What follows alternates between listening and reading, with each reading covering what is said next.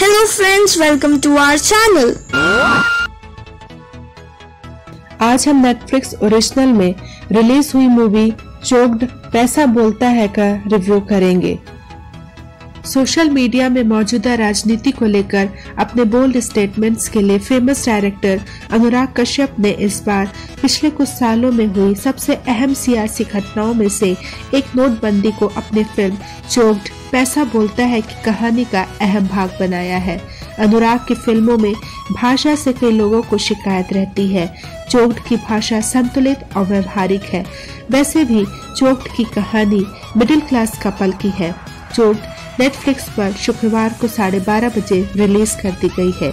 यह फिल्म अनुराग की पिछली कुछ फिल्मों की तरह बहुत महान रचना तो नहीं, मगर बेहतरीन राइटिंग और परफॉर्मेंस की वजह से दर्शकों को बांधे रखती है। चोक्ड टाइटल एक मिडिल क्लास परिवार की सरिता, जिसके जीवन में एज ए सिंगर उसके स्टेज की नाकामयाबी और उसके करियर में उसके अथाह पैसे पाने के बावजूद उसे न संभालने की कमी दिखती है। यह फिल्म एक मुंबई के मिडिल क्लास फैमिली को जीवंत रूप में दिखाया गया है। अगर आपको रियलिस्टिक जॉनर पसंद है तो आपको यह मूवी अच्छी लगेगी। काफी समय बाद हम बिना गाली गलौज के एक मूवी OTT में देख सकते हैं। इसकी कहानी मुंबई में रहने वाले एक मिडिल क्लास परिवार की है। वाइफ सरिता बैंक में काम करती है, जिसका पति सुशांत है। दोनों का एक बच्चा है। सुशांत लगातार जॉब छोड़ता रहता है।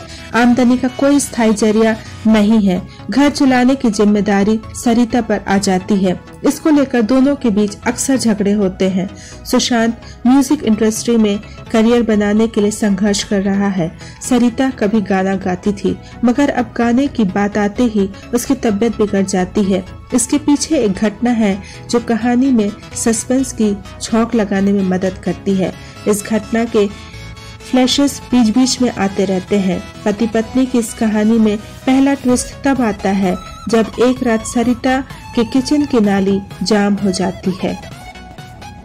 जाली हटाने पर गंदे पानी के साथ प्लास्टिक में लिपटी 500 और 1000 के नोटों की गड्डियां बाहर आने लगती हैं, जो कि एक MLA का PA अपने फ्लैट के बाथरूम के ड्रेनेज पाइप में छुपा कर रखता था। परंतु पाइप चोक हो जाता है और सरिता के किचन की नाली में एक्सीडेंटली आने लगता है। सरिता इसे माँ लक्ष्मी की कृपा मान कर रख लेती है। यह सिलसिला हर रात चलता है। सरिता किसी से कोई जिक्र नहीं करती और इन पैसों को अपने पति का कर्ज चुकाने में खर्च करती है, अपना जीवन स्तर सुधारती है। फिर अचानक नोटबंदी का ऐलान हो जाता है। 500 और 1000 के पुराने नोट बंद हो जाते हैं। यह चोक्ड का दूसरा टर्निंग पॉइंट है। इसके बाद सरिता की जिंदगी कैसे बदलती है, वो पैसों का क्या करती है, नाली में प्लास्टिक में रोल बनाकर नोटों की गड्डियां कौन डालता है, ऐसे ही सवालों के साथ कहानी आगे बढ़ती है। क्या सरिता अपने चोक्ड लाइफ से आगे बढ़ पाएगी? क्या उसके और सुशांत के रिश्ते सुधर पाएंगे? इनका जवाब देती है यह मूवी चोक्ड पैसा बोलता है। चोक्ड पैसा बोलता है फिल्म की आत्मा इसकी राइटिंग है। लेखक निहित भावे का स्क्रीन प्ले और डायलॉग मिडिल क्लास परिवार में पति पत्नी के रिश्तों, तानों और अपेक्षाओं को कामयाबी के साथ पर्दे पर लेकर आता है। वहीं सरिता के किरदार के जरिए कहानी में सस्पेंस को बनाए रखता है। चोक्ड में नोटबंदी के बाद के घटनाक्रम को असरदार ढंग से दिखाया गया है।